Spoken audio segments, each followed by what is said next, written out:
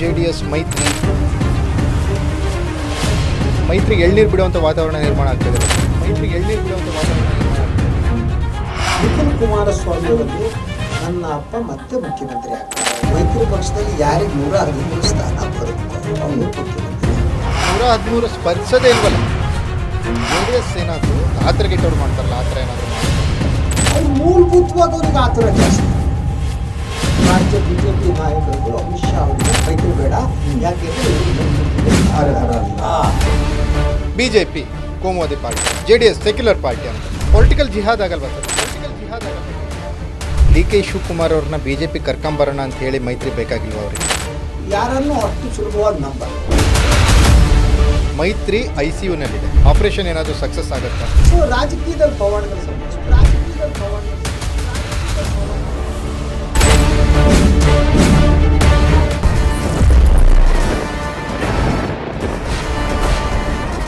Ladies and gentleman, ಈ ರಾಜಕಾರಣಿಗಳ ರಾಜಕೀಯ ತೀರ್ಮಾನಗಳಿಗೆ ಒಂದೊಂದು ಆಯಸ್ಸು ಅನ್ನೋದಿರುತ್ತೆ. ಆ ಆಯಸ್ಸು ಆ ನಾಯಕರ ಬದ್ಧತೆ ಮತ್ತು ಆ ನಾಯಕರ ಕಾರ್ಯದಕ್ಷತೆಯ ಮೇಲೆ, ತತ್ವ ಸಿದ್ಧಾಂತಗಳ ಮೇಲೆ ನಿರ್ಧಾರ ಆಗುತ್ತೆ. ಆದರೆ ಈ ಕರ್ನಾಟಕದಲ್ಲಿ ಮೈತ್ರಿಗಳಿಗೆ ಆಯಸ್ಸೇ ತುಂಬ ಕಡಿಮೆ ಅನ್ನೋದು ಹಲವಾರು ನಿದರ್ಶನಗಳನ್ನು ಪಟ್ಟಿ ಮಾಡ್ಬೋದು.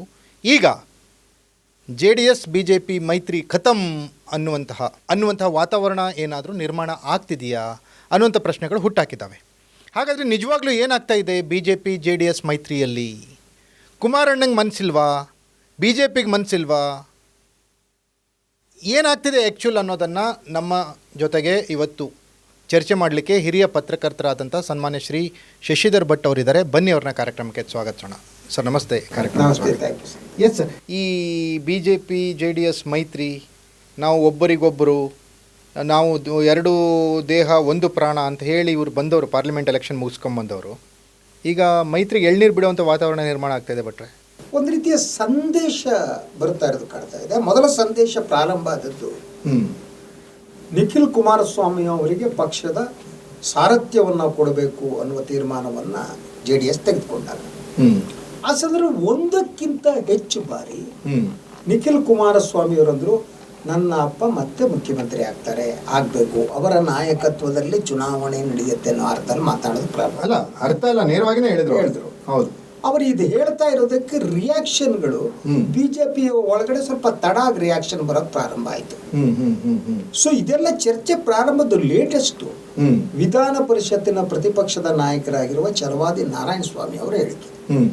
ಅವರೊಂದು ಹೇಳಿಕೆಯನ್ನು ಕೊಟ್ಟರು, ಯಾರಿಗೆ ಮೈತ್ರಿ ಪಕ್ಷದಲ್ಲಿ ಯಾರಿಗೆ 113 ಸ್ಥಾನ ಬರುತ್ತೋ ಅವರು ಮುಖ್ಯಮಂತ್ರಿ ಆಗ್ತಾರೆ. ಇವ್ರು 113 ಸ್ಪರ್ಶದೇ ಇಲ್ವಲ್ಲ. ಅದೇ ಒಂದು ಆ ಮೂಲಕ JDS ಏನಿದೆ ಅಥವಾ ಕುಮಾರಸ್ವಾಮಿ ಮುಖ್ಯಮಂತ್ರಿಯವರ ಆಕಾಂಕ್ಷೆಯನ್ನ ಅದಕ್ಕೆ ತಣ್ಣೀರು ಎರಚುವ ಕೆಲಸವನ್ನ ಛಲವಾದಿ ಅವರು. ಅಲ್ಲ, ಇಲ್ಲಿ JDS ಏನಾದ್ರು ತೀರಾ ಅರ್ಜೆಂಟ್ ಆಗಿ ಏನೋ ಮಾಡ್ತು ಅನ್ನೋ ತರದ್ದು, ಆತರಗೆಟ್ಟವ್ರು ಮಾಡ್ತಾರಲ್ಲ, ಆ ಥರ ಏನಾದ್ರು ಮಾಡ್ತು ಅನ್ನೋ ತರದ್ದು. ಅವ್ರು ಮೂಲಭೂತವಾಗಿ ಅವ್ರಿಗೆ ಆತುರ ಜಾಸ್ತಿ ಅಲ್ವಾ, ಮೊದಲಿಂದ ಹಾಗೇನೆ ಅವ್ರಿಗೆ. ಮತ್ತು ಅವರು ಯಾರನ್ನೂ ಅಷ್ಟು ಸುಲಭವಾಗಿ ನಂಬಲ್ಲ, ನಂಬಿದಂತೆ ಒಂದು ಹಂತ ತೋರಿಸ್ಕೊತಾರೆ. ಆ ಕಾರಣಕ್ಕೆ ಮೈತ್ರಿ ಸಂದರ್ಭದಲ್ಲಿ ನೋಡಿ, ನೀವು ಫಾಲೋ ಮಾಡಿರ್ತೀರಿ, ಬಹುತೇಕ ರಾಜ್ಯ ಬಿಜೆಪಿ ನಾಯಕರುಗಳು ಅಮಿತ್ ಶಾ ಅವರಿಗೆ ಹೇಳಿದ್ರು ಬೇಡ, ಈ ಮೈತ್ರಿ ಬೇಡ, ಯಾಕೆಂದ್ರೆ ಇವರು ನಂಬಿಕೆಗೆ ಅರ್ಹರಲ್ಲ, ಕೊನೆಯವರೆಗೆ ವಿರೋಧ ಮಾಡ್ತಾ ಇದ್ರು.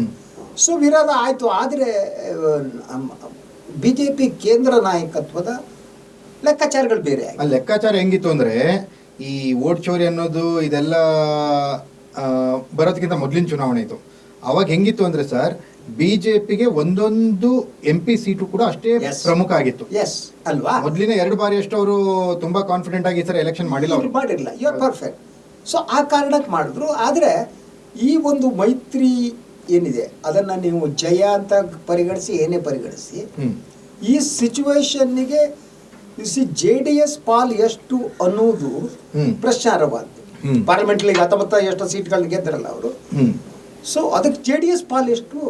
ಅಲ್ಲ, ಈಗ ನನಗೆ ವಂಡರ್ ಅನಿಸ್ತಿರೋದೇನಂದ್ರೆ, ಪ್ರಾಕ್ಟಿಕಲಿ ನಾನು ಕೇಳ್ತೀನಿ ನಿಮಗೆ, ರಾಜಕಾರಣ ಹೀಗೂ ನಡೆಯುತ್ತಾ ಅನ್ನೋ ಥರದ್ದು. ಅಂದರೆ ಮೈತ್ರಿ ಅಂದರೆ ಮೈತ್ರಿಗೆ ಕೆಲವೊಂದು ಏನಂದರೆ ಚೌಕಟ್ಟುಗಳಿರ್ತವೆ, ಅದನ್ನ ಆಮೇಲೆ ಮಾತಾಡೋಣ. ಈಗ ಯಾವುದು ಅಸೆಂಬ್ಲಿ ಎಲೆಕ್ಷನ್ನಲ್ಲಿ ಸೋತು ಸುಣ್ಣ ಆಗಿತ್ತು JDS. ಅದಾದ್ಮೇಲೆ 1 ವರ್ಷದಲ್ಲಿ ಬಂದಂಥ ಪಾರ್ಲಿಮೆಂಟ್ ಚುನಾವಣೆ, ಕರೆಕ್ಟು, ನಾಯಕರಿಗೆ ಕೆಲಸಗಳಿದ್ದಿದ್ದಿಲ್ಲ. ಆದರೂ ಕೂಡ ಇವರು ಕೇಂದ್ರ ಸರ್ಕಾರದವರು ಇವ್ರ ಜೊತೆಗೆ ಮೈತ್ರಿ ಮಾಡಿಕೊಂಡು BJP ಇವರಿಗೆ ಮಂಡ್ಯ ಸ್ಥಾನವನ್ನು ಸಿಟ್ಟಿಂಗ್ MP ಇರೋದನ್ನ ಬಿಟ್ಟುಕೊಟ್ಟು ಸುಮಲತಾ ಅವ್ರನ್ನ ಬಿಡಿಸಿ ಇವ್ರಿಗೆ ಕೊಟ್ಟು ಇವ್ರನ್ನ ಗೆಲ್ಲಿಸ್ಕೊಂಡು ಬಂದ ಮೇಲೆ ಇವ್ರಿಗೆ ಕೇಂದ್ರದಲ್ಲಿ ಟಾಪ್ 5 ನಲ್ಲಿ ಒಂದು ಮಂತ್ರಿ ಸ್ಥಾನ ಕೊಟ್ಟು ಇನ್ನೂ ಹೆಚ್ಚಿನ ಯೋಜನೆಗಳ ಜವಾಬ್ದಾರಿಯನ್ನು ಕೊಟ್ಟರು ಕೂಡ ಇವ್ರಿಗೆ ಸಮಾಧಾನ ಆಗ್ತಿಲ್ಲ, ಇರೋದನ್ನ ಮಾಡ್ಲಿಕ್ಕೆ ಆಗ್ತಾ ಇಲ್ಲ. ಚುನಾವಣೆ ಬಂದಾಗ ನೋಡ್ಕೊಳ್ಳೋಣ, ತೀರ್ಮಾನ ಮಾಡ್ತಾರೆ ಮೈತ್ರಿ ನಾಯಕರು ಹಿರಿಯರಿದ್ದಾರೆ ಅನ್ನೋದನ್ನ ಬಿಟ್ಟು ಇವರೆಲ್ಲ ಸಣ್ಣ ಸಣ್ಣ ಹುಡುಗರನ್ನೆಲ್ಲ ಬಿಟ್ಟು ಹೇಳಿಕೆ ಕೊಡಿಸೋದು. ಅದೇನ ಒಂದು ಏನು ಗೊತ್ತಾ, JDS ಮತ್ತು BJPಯ ಈ ಮೈತ್ರಿ ಇದೆಯಲ್ಲ, ವೆದರ್ ಎ ನ್ಯಾಚುರಲ್ ಪಾರ್ಟ್ನರ್ ಅವರು ಹೌದಾ ಅಲ್ವಾ, ಬಹಳ ಬಹಳ ಮುಖ್ಯವಾದ ಪ್ರಶ್ನೆ. ಹಂಗೆ ನೋಡಿದ್ರೆ ನ್ಯಾಚುರಲ್ ಪಾರ್ಟ್ನರ್ ಅಲ್ಲ ಅವರು.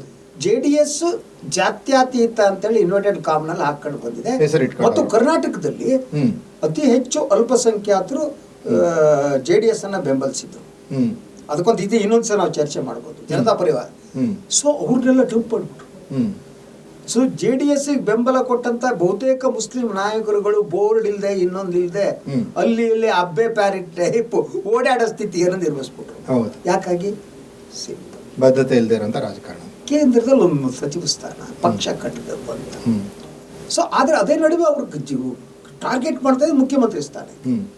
ಈಗ ಲೇಟೆಸ್ಟ್ ಆದದ್ದು ಅಂತಂದ್ರೆ BJPಯ ನಾಯಕತ್ವ ಏನಿದೆ, ರಾಜ್ಯ ನಾಯಕತ್ವ, ಅವರಿಗೆ ಈ ಮೈತ್ರಿ ಬೇಕಾಗಿಲ್ಲ. ಈಗ ನನಗೆ 2 ಪ್ರಶ್ನೆಗಳಿದಾವೆ. BJPಗೆ ಮೈತ್ರಿ ಬೇಕಾಗಿಲ್ಲ ಅನ್ನೋ ಪಾಯಿಂಟಿಗೆ ನಾನು ಬರ್ತೀನಿ. ಅದಕ್ಕಿಂತ ಮೊದಲು ಒಂದು ಪ್ರಶ್ನೆ ಇದೆ. ಏನಂದ್ರೆ ಈಗ ಅವಾಗ ನೀವು ಹೇಳಿದ್ರಿ, ಒಂದು ಕಡೆ BJP ಅಂದ್ರೆ ಕೋಮುವಾದಿ ಪಾರ್ಟಿ ಅಂತ ಹೇಳ್ಬಿಟ್ಟು, ಇದೊಂದು ಜಾತ್ಯತೀತ. ನೀವು ಕೋಮುವಾದಿ ಅಂತ ಹೇಳ್ಬೇಕಾ? ಏನ್ ಹೇಳ್ಬೇಕು ಗೊತ್ತಾ, ಅದು ಬಹುಸಂಖ್ಯಾತ ಸೆಂಟ್ರಿಕ್ ಆದ ಪಾರ್ಟಿ. ಅಂದ್ರೆ ಬಹುಸಂಖ್ಯಾತರು ಏನಿದ್ದಾರೆ, ಬಹುಸಂಖ್ಯಾತರ ಅವರ ಕೇಂದ್ರ ಬಿದ್ದು ಬಹುಸಂಖ್ಯಾತರು. ಹೌದು, ಅವ್ರಿಗೆ ಥ್ರೆಟ್ ಪರ್ಸೆಪ್ಷನ್ ಇದೆ. ಅಲ್ಪಸಂಖ್ಯಾತರ ಒಂದು ಥ್ರೆಟ್ ಪರ್ಸೆಪ್ಷನ್ ಇಟ್ಕೊಂಡು ಬಹುಸಂಖ್ಯಾತರ. ಈಗ BJP ಕೋಮುವಾದಿ ಪಾರ್ಟಿ ಅಂತ, ಕಮ್ಯುನಲ್ ಪಾರ್ಟಿ ಅನ್ನೋ ಥರದ ಮಾತುಗಳು, JDS ಸೆಕ್ಯುಲರ್ ಪಾರ್ಟಿ ಅನ್ನೋ ಥರ ಮಾತು.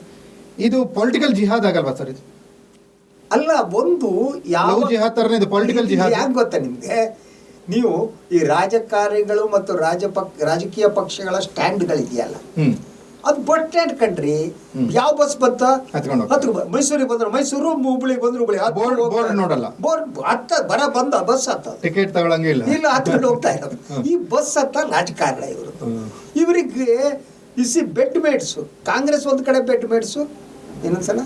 ಹೌದು, ಈಗ ಪಾಯಿಂಟಿಗೆ ಬರ್ತೀನಿ. ನಿಮ್ ಪಾಯಿಂಟ್, BJPಗೆ ಮೈತ್ರಿ ಬೇಕಾಗಿಲ್ಲ. ಮೈತ್ರಿ ಬೇಕಾಗಿಲ್ಲ. ನಾನು ಪ್ರಶ್ನೆ ಬರ್ತೀನಿ. BJPಗೆ ಮೈತ್ರಿ ಬೇಕಾಗಿಲ್ಲ ಅನ್ನೋದನ್ನ ನೀವು ಆಮೇಲೆ ವಿಶ್ಲೇಷಣೆ ಮಾಡಿಬಿಟ್ರೆ, ಈಗ ಅದಕ್ಕಿಂತ ಮೊದಲು ನನ್ನ ಪ್ರಶ್ನೆ ಏನಂದ್ರೆ, DK ಶಿವಕುಮಾರ್ ಅವ್ರನ್ನ BJP ಕರ್ಕೊಂಬರೋಣ ಅಂತ ಹೇಳಿ ಮೈತ್ರಿ ಬೇಕಾಗಿಲ್ವಾ ಅವರಿಗೆ? ಆ ಪ್ರಪೋಸಲ್ ಇತ್ತು, ಆದರೆ ಆ ಪ್ರಪೋಸಲ್ ಅನ್ನ ಮಧ್ಯದಲ್ಲಿ ತಡೆ ಹಿಡಿಯಲಾಗಿದೆ ಅಂತ, ರಿಜೆಕ್ಟ್ ಆಗಿದೆ ಅಂತ ಹೇಳಲ್ಲ ನಾನು. ಸ್ಟೇ ಇತ್ತು, ಅದಕ್ಕೊಂದು ಸ್ಟೇ ಇದೆ. ಆಗತ್ತೆ ಡಿಪೆಂಡ್ ಆಗಿರೋದು DK Shivakumar in the sense, ಅವರು ಎಷ್ಟು ಶಾಸಕರ ಬೆಂಬಲವನ್ನ ತಗೊಂಡು ಬರ್ತಾರೆ, ಅಷ್ಟೇ ಇಶ್ಯೂ. ಸೊ ನೀವು ಅದ್ರ ಜೊತೆಗೆ ಅವರು ಈಗ ಒಂದೊಮ್ಮೆ DK ಶಿವಕುಮಾರ್ ಕರೆಗತ್ತಂದ್ರೆ ಈ ಕಂಪನಿ ಕತೆ ಏನು? JDS ಕಂಪನಿ ಬೇಕಾಗಿಲ್ವಲ್ಲ ಅವರಿಗೆ, ಅವ್ರು ಡಂಪ್ ಮಾಡ್ಬೇಕು. ಅವಾಗ ಮಾಡಲ್ಲ ಅಂತ ಹೇಳಲ್ಲ, ಪಾಲಿಟಿಕ್ಸ್ ಅಲ್ಲಿ ಎವ್ರಿಥಿಂಗ್. ಅದಕ್ಕೇನು ಬರಬೇಕಾಗುತ್ತೆ. ಆದ್ರೆ ಇನ್ನೊಂದು ಗಮನಿಸಿ ಬಿಟ್ರೆ ನೀವು, ಈ DK ಶಿವಕುಮಾರ್, HD ಕುಮಾರಸ್ವಾಮಿ ಮತ್ತು ದೇವೇಗೌಡರ ಫ್ಯಾಮಿಲಿ ರಾಜಕೀಯ ವಿರೋಧಿ ಹೌದು. ಆದ್ರೆ HD ಕುಮಾರಸ್ವಾಮಿ ಮುಖ್ಯಮಂತ್ರಿ ಆದಾಗ ಅತಿ ಹೆಚ್ಚು ಕುಮಾರಸ್ವಾಮಿ ಬೆಂಬಲಕ್ಕೆ ನಿಂತಿದ್ದು ಇದೇ DK ಶಿವಕುಮಾರ್. ಹೌದು, ಸಿದ್ದರಾಮಯ್ಯನವರು ಬೆಂಬಲಕ್ಕೆ ನಿಲ್ಲಿಲ್ಲ ಅಂದ್ರೂ DK ನಿಂತಿದ್ರು. ಬಾಂಬೆಗೆ ಹೋಗಿದ್ರು. ಯಾವಾಗ ಅಧಿಕಾರ ಹಸ್ತಾಂತರ ಅನ್ನೋ ಬಾಂಬ್ ಕರ್ನಾಟಕದಲ್ಲಿ ಸಿಡಿತಲ್ಲ, ಆವಾಗ ಕುಮಾರಸ್ವಾಮಿ ಅವರು DK ವಿರುದ್ಧ ಜಾಸ್ತಿ ಅಲಿಗೇಷನ್ಸ್ ನ ಪ್ರಾರಂಭ ಮಾಡಿದ್ರು. ನೀವು ಬೇಕಾದ್ರೆ ಇಲ್ಲ, ಕಾರಣ ಇದೆ. ನೀವು ಆಗಿನ ಸ್ಥಿತಿಗೂ ಅಲ್ಲ, ಈಗ ನಾನು ಮೊನ್ನೆ ಅಧಿಕಾರ ಹಸ್ತಾಂತರ ಅಂತ ಹೇಳ್ತೀನಿ. ನೀವು ಹೇಳಿದ ಮೊದಲ ಮಾತು ಬಹಳ ಸ್ಪಷ್ಟವಾದ್ದು. ಮೈತ್ರಿ ಸರ್ಕಾರ ಇದ್ದಂತ ಸಂದರ್ಭದಲ್ಲಿ ಕುಮಾರಣ್ಣ ರಕ್ಷಣೆಗೆ ನಿಂತವ್ರು DK ಶಿವಕುಮಾರ್. ನೋ ಇಶ್ಯೂ ಬಿಡ್ತಾರೆ. ಹೌದು, ಮಂಡ್ಯದಲ್ಲಿ ಜೋಡೆತ್ತು ಅಂದ್ಕೊಂಡು ಅದರ ರಕ್ಷಣೆ ಮಾಡಿದ್ರು. ಎಲ್ಲ ಈ 17 ಜನ ಬಾಂಬೆಗೆ ಹೋದಾಗ ಮನ ಉಲ್ಸಕ್ ಕೊಡೋದ್ರು ಪಾಪ. ಈ ಟ್ರೈಡ್ ಇಸ್ ಬೆಸ್ಟ್. ಹೌದು, ಆಗ ಅವರು ಮುಖ್ಯಮಂತ್ರಿಗೆ ಕಾಂಪಿಟೇಟರ್ ಆಗಿರ್ಲಿಲ್ಲ DK ಶಿವಕುಮಾರ್. ಈಗ ಅವರು ಮುಖ್ಯಮಂತ್ರಿ ಸ್ಥಾನದ ಕಾಂಪಿಟೇಟರ್. ಆದ್ರಿಂದ ಈಗ ಅವರ ಜೊತೆ ಮರು ಹೊಂದಾಣಿಕೆ ಚಾನ್ಸಸ್ ಕಡಿಮೆ. ಅದು ಯಾಕಂದ್ರೆ ಒಕ್ಕಲಿಗರ ಸಾಮ್ರಾಜ್ಯದ ಆಧಿಪತ್ಯ ಇದೆಯಲ್ಲ. ಅಲ್ಲ, ನಾನು ಮರು ಹೊಂದಾಣಿಕೆ ಬಗ್ಗೆ ನಾನು ಮಾತಾಡ್ತಾ ಇಲ್ಲ. ನಾನು ಅದಕ್ಕೆ ಬರ್ತೀನಿ, ಪಾರ್ಟಿ ಬರ್ತೀನಿ. ಆದ್ರಿಂದ ಈ ಡಿವೈಡ್ ಅವ್ರ ನಡುವೆ ವಿಸ್ತೃತ ಆಗ್ತಾ ಹೋಗುತ್ತೆ, ಕಂದಕ ಜಾಸ್ತಿ ಆಗುತ್ತೆ. ಅದರಿಂದ ಬಿಜೆಪಿ ಡಿ ಕೆ ಶಿವಕುಮಾರ್ ಹೋದ್ರೂ ಕೂಡ ಅನಿವಾರ್ಯವಾಗಿ ಕುಮಾರಣ್ಣ ಕಂಪನಿ ಹೊರಗೆ ಬರ್ಬೇಕಾಗುತ್ತೆ, ಬೇರೆ ದಾರಿ ಇಲ್ಲ. ಈ ಸೂಚನೆನೂ ಕುಮಾರಸ್ವಾಮಿ ಅವರಿಗೆ ಸಿಕ್ಕಿರ್ಬೋದು. ಅದರಿಂದ ಅವ್ರ ಪಕ್ಷವನ್ನ ಬಲಪಡಿಸುವುದಕ್ಕೆ ಹೆಚ್ಚಿನ ಮಹತ್ವವನ್ನು ಕೊಡ್ತಿದ್ದಾರೆ. ಈಗ ಒಂದ್ ಕಡೆ 80 ಸೀಟ್ ಬೇಕು, 70-80 ಅಂತಾರೆ. BJP is not ready to give, state leadership not ready. ಮತ್ತು ಅದ್ರ ಜೊತೆಗೆ ರಾಜ್ಯ ನಾಯಕರದ್ದು ಒಂದು ಇದೆ, ನೀವು ಮಾತಾಡಿರ್ತೀರಿ ಅವ್ರದ್ದು ಬಹಳ ಸ್ಪಷ್ಟವಾಗಿ, ನಾವು ಕುಮಾರಸ್ವಾಮಿಯನ್ನು ಮತ್ತೆ ಮುಖ್ಯಮಂತ್ರಿ ಮಾಡಬೇಕು ಅಂದ್ರೆ ನಮಗೆ ಯಾಕೆ ಬೇಕದು, ವಿ ಆರ್ ರೆಡಿ, ನಾವು ಈ ಸಲ ಗೆಲ್ಲ ಚಾನ್ಸ್ ಇದೆ. ಹೌದು, ಸ್ವಲ್ಪ ಪ್ಯಾಚ್ ಕಟ್ಕೊಂಡು ಹೋಗ್ಬಿಟ್ರೆ ಸಾಕು. ನಾವು ಅವ್ರು ಕರ್ಕೊಂಡ್ಬಂದು ಮುಖ್ಯಮಂತ್ರಿ ಮಾಡ್ಕೊಂಡು ನಾವ್ ಯಾಕೆ ಅವ್ರ ಮನೆ ಬಾಗಿಲು ಕಾಯೋಣ? ಈ ಮನಸ್ಥಿತಿ ರಾಜ್ಯ ಬಿಜೆಪಿ ಬಹುತೇಕ ನಾಯಕರಲ್ಲಿದೆ. ಅದ್ರ ಜೊತೆಗೆ ಒಂದೊಮ್ಮೆ ಏನಾದ್ರೂ ಕುಮಾರಣ್ಣನ ಮುಖ್ಯಮಂತ್ರಿ ಮಾಡಿದ್ರೆ ಸ್ಟೇಟ್ ಉಳಿದ ಲೀಡರ್ ಎಲ್ಲ ಫಿನಿಶ್ ಮಾಡಕ್ ಬರ್ತಾರೆ. ಹೌದು. ಆಮೇಲೆ ಒಂದು ಗಮನಿಸಬೇಕಾಗಿದ್ದು ಏನಂದ್ರೆ ಭಟ್ರೆ, ಮೊನ್ನೆ ಹಾಸನದಲ್ಲಿ ಸಮಾವೇಶ ನಡೀತು, ದೇವೇಗೌಡರು ಆದಿಯಾಗಿ ಎಲ್ಲರೂ ಮಾತಾಡಿದ್ರಲ್ಲ, ಅದರಲ್ಲಿ ಒಂದು ತುಂಬ ಸ್ಪಷ್ಟವಾದಂಥ 2 ಮೆಸೇಜ್ಗಳು ಕಂಡು ರಾಜಕೀಯ ವಿಶ್ಲೇಷಕರಿಗೆ. ಮೊದಲನೇದೇನೆಂದ್ರೆ, ಬಿಹಾರದಲ್ಲಿ ನಿತೀಶ್ ಕುಮಾರ್ ಮುಖ್ಯಮಂತ್ರಿ ಆಗಿರೋ ರೀತಿಯಲ್ಲಿ ಕರ್ನಾಟಕದಲ್ಲಿ ಕುಮಾರಣ್ಣ ಮುಖ್ಯಮಂತ್ರಿ. Very good observation, you are perfect. ಮತ್ತೊಂದು, ಎಂತಹ ನಾಯಕರು ಮಾತನಾಡಿದ್ರು ಕೂಡ, JDS ನ ಎಲ್ಲ ನಾಯಕರು ಮಾತಾಡಿದ್ರು. ಎಲ್ಲ ನಾಯಕರು ಅಂದ್ರೆ ದೇವೇಗೌಡರು, ಕುಮಾರಸ್ವಾಮಿ, ರೇವಣ್ಣ, ನಿಖಿಲ್, ಸೂರಜ್ ರೇವಣ್ಣ, ದೇವೇಗೌಡರು ಕುಟುಂಬದವರು, ಎಲ್ಲ ನಾಯಕರು ಮಾತಾಡಿದ್ರು. ಅವ್ರು ಮಾತಾಡಿದವರು ಒಬ್ಬ ಬಿಜೆಪಿ ಕರ್ನಾಟಕ ನಾಯಕರ ಹೆಸರನ್ನು ತೆಗೆದುಕೊಳ್ಳಿಲ್ಲ. S, that's message. ಅಂದ್ರೆ ಅವರು ಈ ಒಂದು ರಾಜಕೀಯ ಪರಿಸ್ಥಿತಿ ಇದೆಯಲ್ಲ, ಆ ಪರಿಸ್ಥಿತಿಗೆ ಅನುಗುಣವಾಗಿ ತಮ್ಮ ತೀರ್ಮಾನವನ್ನ ಬದಲಿಸ್ತಾರೆ. ಅಂದ್ರೆ ಯಾವ ಪರಿಸ್ಥಿತಿ? ಕುಟುಂಬದ ಪರಿಸ್ಥಿತಿನೋ, ಕುಟುಂಬದ ರಾಜಕೀಯ ಲಾಭಕ್ಕೆ ಬರುವಂತ ಪರಿಸ್ಥಿತಿ ಅಲ್ಲಲ್ಲ, ಕುಟುಂಬದ ರಾಜಕೀಯ ಅಸ್ತಿತ್ವದ ಪರಿಸ್ಥಿತಿ. ತಮ್ಮ ಅಸ್ತಿತ್ವ ಅಂತ ಕಾಂಗ್ರೆಸ್ ಜೊತೆಗೂ ಅವ್ರ ಅಸ್ತಿತ್ವ ಪ್ರಶ್ನೆ ಇತ್ತು. ನನ್ನನ್ನು ಕಬಳಿಸ್ಬಿಡ್ತಾರೆ, ನುಂಗ್ಬಿಡ್ತಾರೆ, ಆ ಭಯ ಈಗ ಅವ್ರಿಗೆ ಶುರುವಾಗಿಲ್ಲ. ಬಿಜೆಪಿ ಮೈತ್ರಿಯಲ್ಲಿ ನಮ್ಮನ್ನು ನುಂಗ್ಬಿಟ್ರೆ ಏನ್ ಮಾಡೋದು?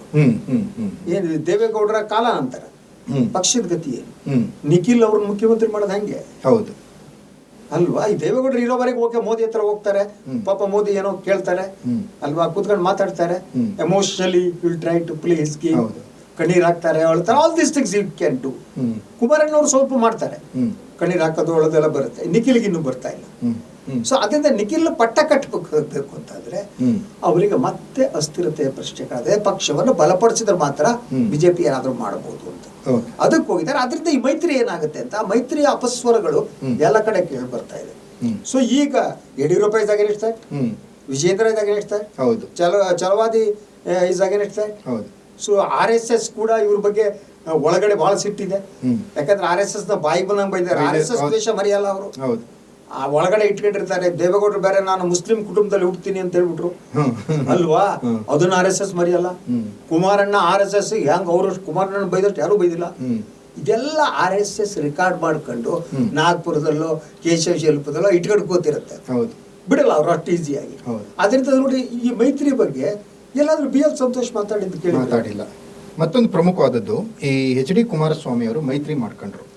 ಕರ್ನಾಟಕದ ವ್ಯಾಪ್ತಿಗೆ ಮೈತ್ರಿ ಇದು. ಇವರೇನು ರಾಷ್ಟ್ರೀಯ ಪಾರ್ಟಿನೋ ಅಲ್ಲೋ, ಬಿಹಾರೋ, UP-ನಲ್ಲೋ, ಈ ಗುಜರಾತಲ್ಲೋ, ಮಹಾರಾಷ್ಟ್ರದಲ್ಲೋ ಅಲ್ಲ.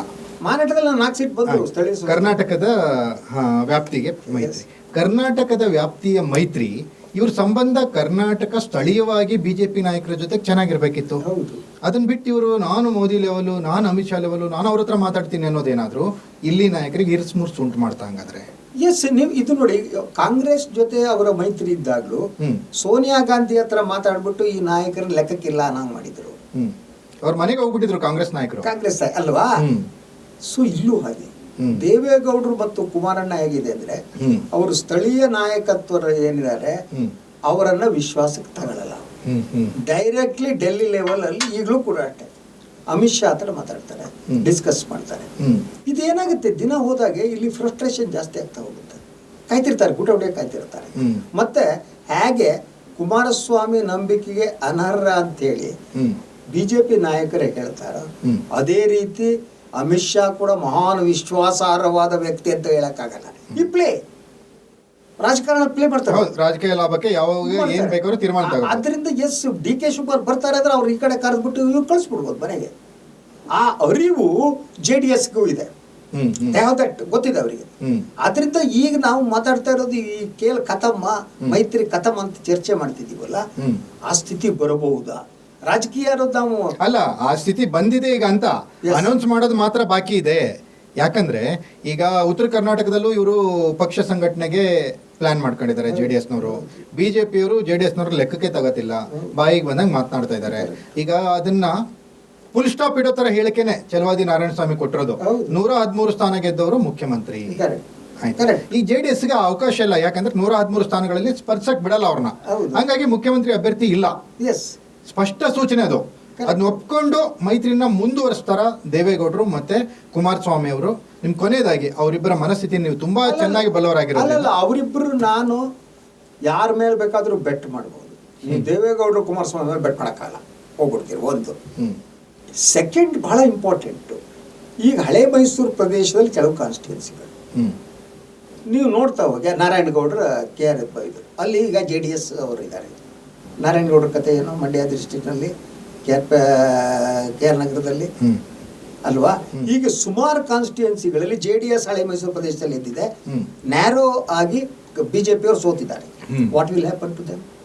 ಈಗ ಮೈಸೂರು ಚಾಮರಾಜ ಅಂತ ತಗೊಳ್ಳಿ, ಆ ಸೀಟ್ ಮೇಲೆ 2-3 ಜನರ ಕಣ್ಣಿದೆ. ಕಾಂಗ್ರೆಸ್ MLA ಇದ್ದಾರೆ ಸೀರಿಯಸ್ ಆಗಿ, ಪ್ರತಾಪ್ ಸಿಂಹ ಕೂಡ ಅದ್ರಲ್ಲಿ ನಿಂತ್ಕೋಬೇಕು ಅಂತಿದ್ದಾರೆ. ಬಟ್ ಅಲ್ಲಿ JDS ಆ ಕ್ಷೇತ್ರ ನಮ್ದು ಇದು ಅಂತ ಹೇಳುತ್ತೆ. ಬಿಜೆಪಿ ಇಲ್ಲ, ಪರಂಪರಾಗತವಾಗಿ ಮೊದಲು ನಾವು ಗೆದ್ದಿದ್ವಿ, ನಮ್ಮ ಆಗೌಡರು ಗೆದ್ದಿದ್ರು, ಈಗ ಗೆದ್ದು ಅಂತ ಹೇಳುತ್ತೆ. ಹೀಗೆ ಬಹಳ ಹತ್ತಿರದ ಪೈಪೋಟಿ ನಡೆಯುವಂಥ ಹಲವಾರು ಸ್ಥಾನಗಳಿವೆ. ಅದು ಸಮಸ್ಯೆ ಬಗೆಹರಿಯೋದೇ ಇಲ್ಲ. ಇನ್ನು ಇವ್ರಿಗೆ 80 ಸ್ಥಾನ ಕೇಳ್ತಿದ್ದಾರೆ JDSನವರು. 70ಕ್ಕೆ ಬಂದರು, 65ಕ್ಕೆ ಬಂದರು. ಎಲ್ಲಿ ಸ್ಥಾನ ತಗೋಬೇಕು ಅವರು? ಹಳೆ ಮೈಸೂರು ಪ್ರದೇಶದಲ್ಲಿ. ಸೊ ಇಲ್ಲಿ ಅವರಿಗೆ ಕೊಡುವ ಮೂಲಕ ಬಿಜೆಪಿಯ, ಈಗ ಸುಮಲತಾ ಬಗ್ಗೆ ನಾವು ಇನ್ನೊಂದ್ಸಲ ಮಾತಾಡಿದ್ವಿ, ಸುಮಲತಾ ಬಲಿ ಕೊಟ್ಟ ಹಾಗೆ ಬಿಜೆಪಿಯ ಹಲವು ನಾಯಕರನ್ನ ಬಲಿ ಕೊಡ್ಬೇಕಾಗತ್ತೆ. ಅವ್ರು ರೆಬಲ್ ಆಗ್ಬಿಟ್ರೆ ಇವರಿಗೆ ರೆಬಲ್ ಆ ಚಾನ್ಸಸ್ ಕೂಡ ಇರುತ್ತೆ. ಆದ್ರಿಂದ ಈ ಮೈತ್ರಿ ಇದೆಯಲ್ಲ, ಈ ಮೈತ್ರಿ ನಾವೇ ಖತಮ್ ಹಂತಕ್ಕೆ ಬಂದಿದ್ದೀವಿ. ಈ ಕೊನೆಯದಾಗಿ ಬಿಟ್ರೆ ಮೈತ್ರಿ ಈಗ ನಿಮ್ಮ ವಿಶ್ಲೇಷಣೆಯ ಪ್ರಕಾರ ICU ನಲ್ಲಿದೆ, ವೆಂಟಿಲೇಟರ್ ನಲ್ಲಿದೆ, ಆಯ್ತಾ ಸರ್? ಆಪರೇಷನ್ ಏನಾದರೂ ಸಕ್ಸಸ್ ಆಗುತ್ತಾ? ಸೊ ರಾಜಕೀಯದಲ್ಲಿ ಪವಾಡಗಳು ಸಂಭವಿಸ್ತವೆ, ಬದುಕಿನಲ್ಲಿ ಆಗುತ್ತಾ ಇಲ್ಲ ಗೊತ್ತಿಲ್ಲ. ಯಾಕಂದ್ರೆ ರಾಜಕಾರಣಕ್ಕೆ ಯಾವುದೇ ನೀತಿ ಅನ್ನೋದಿಲ್ಲ. ಪವರ್ ಪಾಲಿಟಿಕ್ಸ್, ಅಧಿಕಾರ ಮುಖ್ಯ. ಯಾರು ಬೆಡ್ ಮೇಟಾರೋ ಆಗ್ತಾರೆ, ಯಾನ್ ಬೇಕಾರೋ ಆಗ್ತಾರೋ. ಇವತ್ತು ಸ್ನೇಹಿತರು, ನಾಳೆ ದುಶ್ಮನ್ನು, ಇವತ್ತು ಸ್ನೇಹಿತರು, ನೋ ಇಶ್ಯೂ. ಅದರಿಂದ ಹೀಗೆ ಅಂತ ಹೇಳಕ್ಕಾಗಲ್ಲ. ಅವರ ಮೂಲಭೂತ ಲಾಭ ಹೇಗಿದೆ ಅಂತ ಇದು ನಾವು ಊಹಿಸಲಾರದ ಸ್ಥಿತಿ ಬಂದ್ಬಿಡ್ಬೋದು. DK ಶಿವಕುಮಾರ್ ಏನಾರು ಬಿಜೆಪಿ ಹತ್ರ ಹೋಗ್ಬಿಟ್ಟ ಅಂತ ಇಟ್ಕೊಳ್ಳಿ, ಆವಾಗ JDS ಇವ್ರ ಹತ್ರ ಬಂದ್ಬಿಟ್ರೆ ಸಿದ್ದರಾಮಯ್ಯನವ್ರ ಕಡೆ ಆ ತರನೂ ಆಗ್ಬೋದು. ಹೊಸ ಲೆಕ್ಕಾಚಾರ, ಒಂದು ಅಂತ್ಯ ಮತ್ತೊಂದರ ಆರಂಭ ಅಲ್ವಾ? Politics is like that. ಅದರಿಂದ ರಾಜಕಾರಣದಲ್ಲಿ ಹೀಗೆ ಅಂತ ಹೇಳಕ್ಕಾಗಲ್ಲ. ನಾವು ಈ ಒಂದು ಮೈತ್ರಿ ಇದೆಯಲ್ಲ, ICUದಲ್ಲಿ ಇರೋಂತೂ ನಿಜ. ಪೇಷಂಟ್ ಬದುಕ್ತಾರ ಇಲ್ಲ? ಎಸ್, ಥ್ಯಾಂಕ್ ಯು ಭಟ್ರೆ. ನೋಡಿದ್ರಲ್ಲ ವೀಕ್ಷಕರೇ, ಈ ಮೈತ್ರಿ ಅನ್ನೋ patient operation success but patient is no more ಅನ್ನೋ ಥರ ವಾತಾವರಣ ಬರ್ಬೋದು ಅಂತ ಹೇಳಿ ಖ್ಯಾತ ರಾಜಕೀಯ ವಿಶ್ಲೇಷಣಕಾರ, ಹಿರಿಯ ಪತ್ರಿಕೋದ್ಯಮಿ ಸನ್ಮಾನ್ಯ ಶ್ರೀ ಶಶಿಧರ್ ಭಟ್ ಅವರ ಮಾತುಗಳು. ಇದಾಗಿತ್ತು ವಿಶೇಷ ಪಾಡ್ಕಾಸ್ಟ್. ನೆಲ ಜಲ ಭಾಷೆಗಾಗಿ ನೋಡ್ತಾ ಇರಿ ಫೋಕಸ್ TV. ಬಿಜೆಪಿ JDS ಮೈತ್ರಿಗೆ ಎಳ್ನೀರು ಬಿಡುವಂಥ ವಾತಾವರಣ ನಿರ್ಮಾಣ ಆಗ್ತದೆ. ಮೈತ್ರಿಗೆ ಎಳ್ನೀರು ಬಿಡುವಂಥ ವಾತಾವರಣ ನಿರ್ಮಾಣ ಆಗ್ತದೆ. ನಿಖಿಲ್ ಕುಮಾರಸ್ವಾಮಿ ಅವರಿಗೆ ನನ್ನ ಅಪ್ಪ ಮತ್ತೆ ಮುಖ್ಯಮಂತ್ರಿ ಆಗ್ತಾರೆ. ಮೈತ್ರಿ ಪಕ್ಷದಲ್ಲಿ ಯಾರಿಗೆ 113 ಸ್ಥಾನ ಬರುತ್ತೆ, ಅವರು ಮುಖ್ಯಮಂತ್ರಿ. 113 ಸ್ಪರ್ಶದೇ ಇಲ್ವಲ್ಲ. JDS ಏನಾದರೂ ಆತರಗೆಟ್ಟವ್ರು ಮಾಡ್ತಾರಲ್ಲ, ಆ ಥರ ಏನಾದರೂ ಅದು ಮೂಲಭೂತವಾಗಿ ಅವ್ರಿಗೆ ಆತುರ ಜಾಸ್ತಿ. ರಾಜ್ಯ ಬಿಜೆಪಿ ನಾಯಕರುಗಳು ಅಮಿತ್ ಶಾ ಅವರಿಗೆ ಮೈತ್ರಿ ಬೇಡ, ಯಾಕೆಂದ್ರೆ ಬಿಜೆಪಿ ಕೋಮುವಾದಿ ಪಾರ್ಟಿ, JDS ಸೆಕ್ಯುಲರ್ ಪಾರ್ಟಿ ಅಂತ ಪೊಲಿಟಿಕಲ್ ಜಿಹಾದ್ ಆಗಲ್ವಾ ಸರ್? ಪೊಲಿಟಿಕಲ್ ಜಿಹಾದ್ ಆಗಲ್ಲ. DK ಶಿವಕುಮಾರ್ ಅವ್ರನ್ನ ಬಿಜೆಪಿ ಕರ್ಕೊಂಬರೋಣ ಅಂತ ಹೇಳಿ ಮೈತ್ರಿ ಬೇಕಾಗಿಲ್ವ ಅವರಿಗೆ? ಯಾರನ್ನು ಅಷ್ಟು ಸುಲಭವಾಗಿ ನಂಬಲ್ಲ. ಮೈತ್ರಿ ICU ನಲ್ಲಿದೆ, ಆಪರೇಷನ್ ಏನಾದರೂ ಸಕ್ಸಸ್ ಆಗುತ್ತಾ? ಸೊ ರಾಜಕೀಯದಲ್ಲಿ ಪವಾಡಗಳು ಸಂಭವಿಸ್ತವೆ.